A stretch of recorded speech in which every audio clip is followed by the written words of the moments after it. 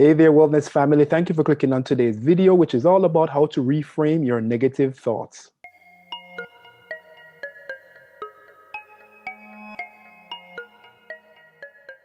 So if you're new to my channel, my name is Peter Gordon, and I'm a graduate student working towards what will be an eventual doctorate in clinical psychology. I am also a life coach and a holistic health coach. I make videos on mental health, fitness, wellness, and everything I hope that can help you lead your most profound life. And now that you're here, don't forget to hit that subscribe button, also that notification bell so that you're notified each time I post a brand new video. Also feel free to share this video, like it, comment on it, and all that good stuff. So in today's video, I get to interview once again Erin Selover, who's a licensed therapist. And Erin and I talked about the whole notion of how to reframe negative thoughts. Thoughts are really powerful things, and it can affect not just our physical health, but of course our mental health. And Erin talks about a technique called reframing, and it's a really nifty way of helping us to kind of change the way how we perceive our situation. So let's get into it. Hey there, folks. Peter Gordon here again. I am back with my very lovely friend and licensed therapist, Erin Stitzel. Erin, welcome back. Thank you, Peter. It's nice to be here.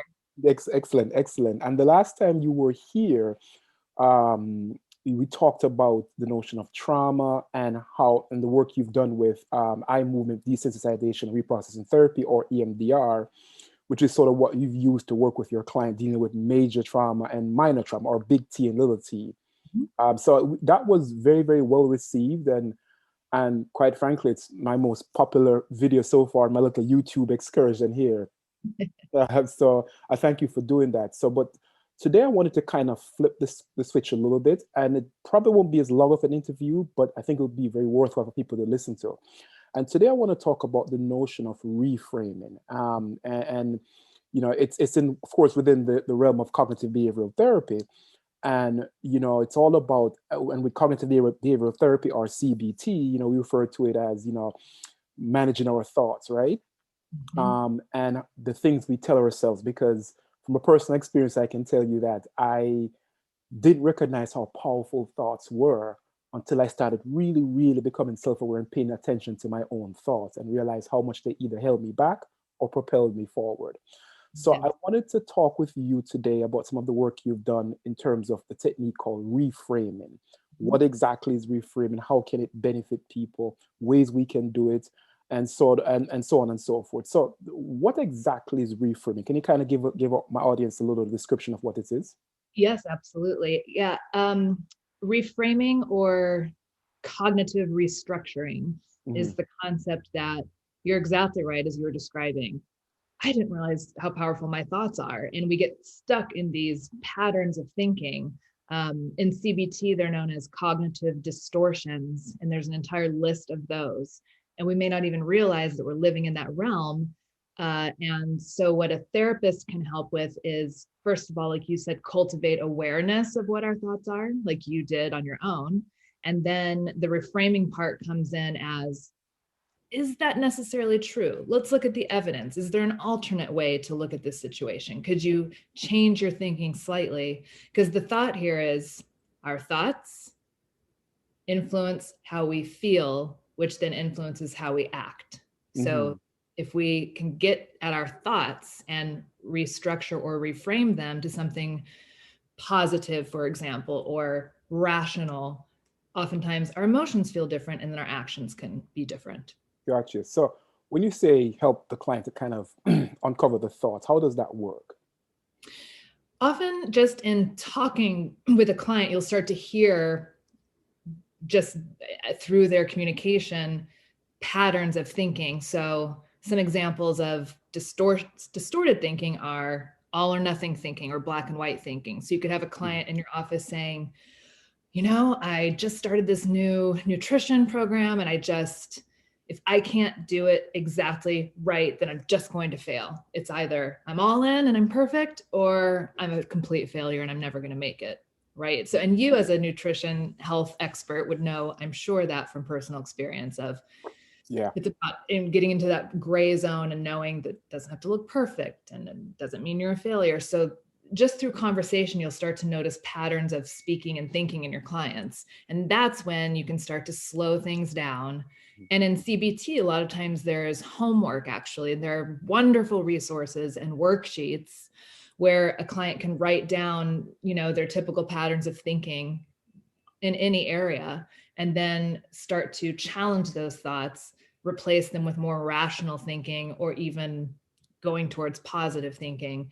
And it's kind of like training oneself to think differently about a situation or an event.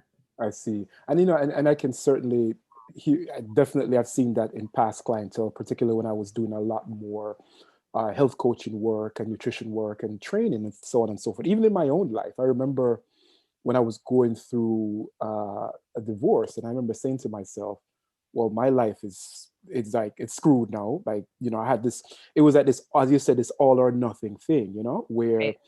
it's almost like you paralyze yourself to just say, you know what, I'm divorced, I'm completely screwed.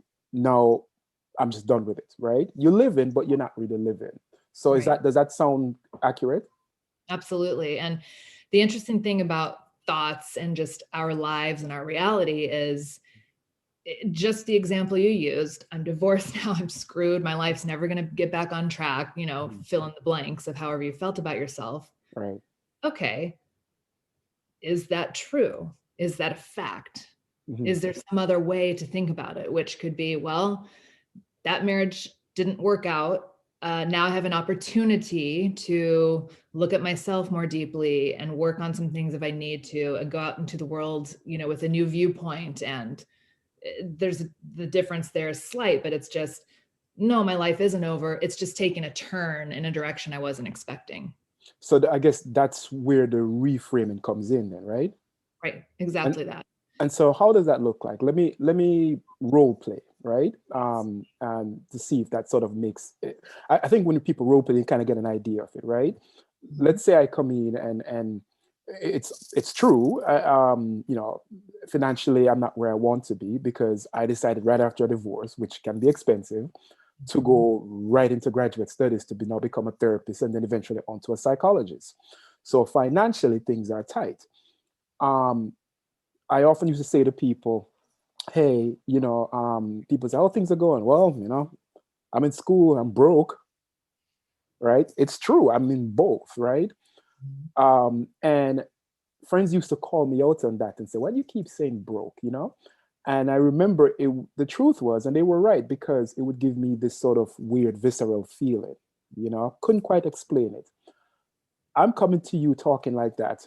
How do you reframe that narrative so it sort of doesn't ignore the reality, but also allows me to look at it from a different, more positive standpoint?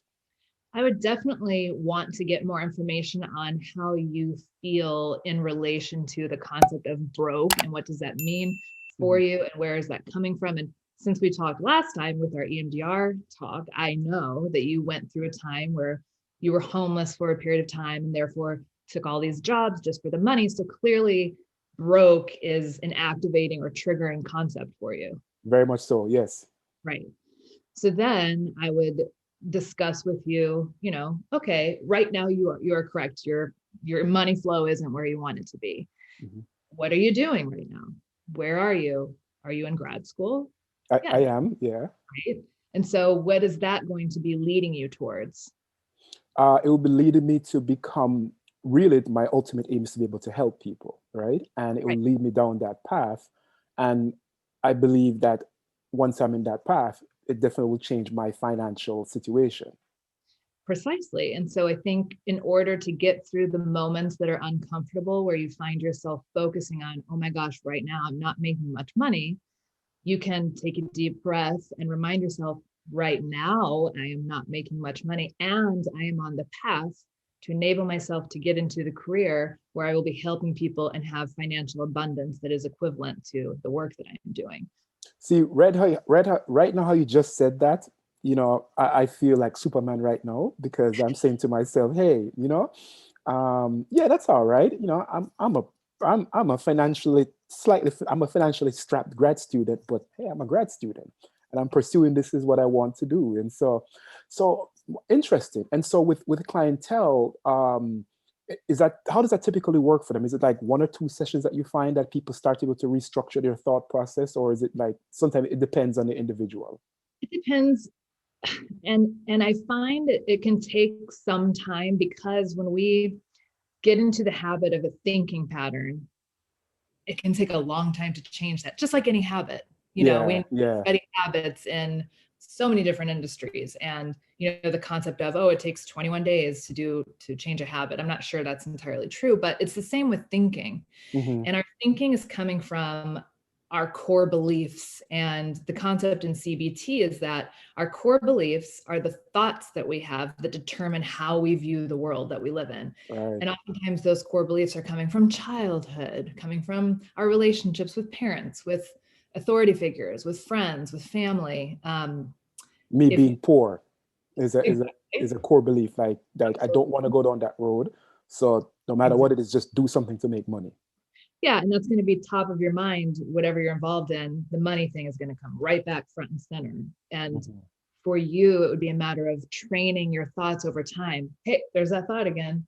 I don't have to think that way. I can see it as I'm in the growth zone. I'm on my path. I'm walking towards my abundance. So it's just training the mind to catch the thought that we're wanting to change and consciously shifting it. And over time, it starts to feel more natural. And over time, that becomes the automatic thought, which leads to different behavior. Mm. So let's say, and I mean, I think this is so fascinating, and it's interesting because of course this is what I'm studying. So it's always nice to hear a professional and be able to kind of explain it in practical terms. Um, the question I have, of course, is what of those individuals who cannot afford to, come see a therapist? Is this something that one can do on their own? And if so, what are some ways they can actually do it? Such a wonderful question. And I wish mental health was free to all and everyone had access. Of course, then you and I would remain broke, but Right, right, right. We remain broke, but we'll be happy in our purpose. exactly. Uh-huh. But there are wonderful resources just online. I was just reviewing yesterday some worksheets. You can literally just Google CBT, or cognitive behavioral therapy worksheets, and you will see countless things about thought distortions, counter thoughts, all different homework sheets to start working on something you want to change. And you could get as specific as, I'm having a lot of anxiety thoughts and I'm feeling paralyzed. You could practically Google CBT anxiety worksheets, and things will come up that are free that you can download and print. And it's just self-guided. It'll Awesome. prompt you. Yeah. Or you can get a workbook on Amazon, and it's you could go through an entire thing basically on your own and benefit from it. So it's one of those things where you have to one seek it out, obviously, on your own, but also what I'm hearing you say, and please correct me if I'm wrong, is it's something you have to consistently do.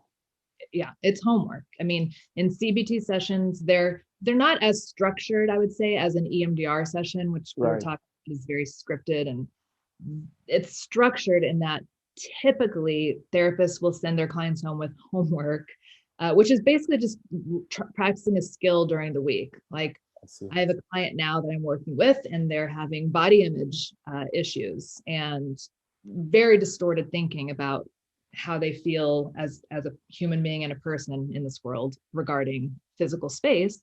Mhm. And the thoughts there are, I'm too big. I need to be this certain size to be worth anything. I won't be seen or valuable unless I look a certain way. Very Mhm. damaging Yeah, and indeed. irrational thinking. So the homework for the week is as simple as, okay, as soon as you get that thought of, I am only valuable if I look a certain way, pause and replace it with, I my value is not attached to my body. For example, that's it. And that's all they'll work on for the entire week. Mhm. So it's sort of it's a gradual process essentially. Yeah, Gotcha, gotcha, absolutely. gotcha. Can be. Again, it depends on the person and the issue, but if you look at it as thoughts are habits, habits take some time to change. Ah, fascinating, fascinating. Well, Yeah. Erin, this has been short but sweet, like Very the last sweet. time. And again, I really wanted to sort of share this with people because when you and I spoke and you talked about that you have this background in reframing and CBT, I said, you know what? The thing I like about CBT is the fact that it does give homework. It Yes. sort of it sort of puts the onus on the individual to say, look, you have some personal responsibility, right? Oh, yeah. And we want to empower you and we want you to go out on your own and be able to do this. So I love that aspect of CBT, which is the whole notion of consistently doing homework. Yeah, it's So very yeah, tangible too. It's a tangible process where you can see the results, you're practicing them in the world, you're building your confidence. It's very effective. indeed, fantastic. Yeah. Well, Erin, listen, I'm going to be calling on you some more in the future Please, because yeah. you're clearly people like hearing you because you're my most popular video so far. It's our chemistry, Peter. It's our It, it's the chemistry. chemistry. It's the chemistry. Yes, Yeah. yes, yes, yes, yes, yes. So listen, thank you so very much. And if I heard correctly when we talked off camera, your license, you're still trying to sort out your license in Missouri, correct? Yes. Right. Still waiting. Still Hey, waiting. Gotcha. But if you are in Texas with your license in, you do telehealth with mhm. Texas residents, correct? Yes, that's correct. As long as it is not through insurance, because my physical Gotcha. office is not there, but I I am. see. I see. But you're taking clients from Texas who are self-paid. Yes, All that's right, right. excellent, excellent. So you guys hear that? If you're in Texas, I know you guys need it right now because you're dealing with some crazy stuff down there, man. Boy, So and I okay. and I and I I empathize and I pray for you guys. So listen, Erin, thank you so very much again, and hope to see you very soon. Welcome, Peter. Thank you. You're welcome, and you stay well, okay? You too. All right, cheers.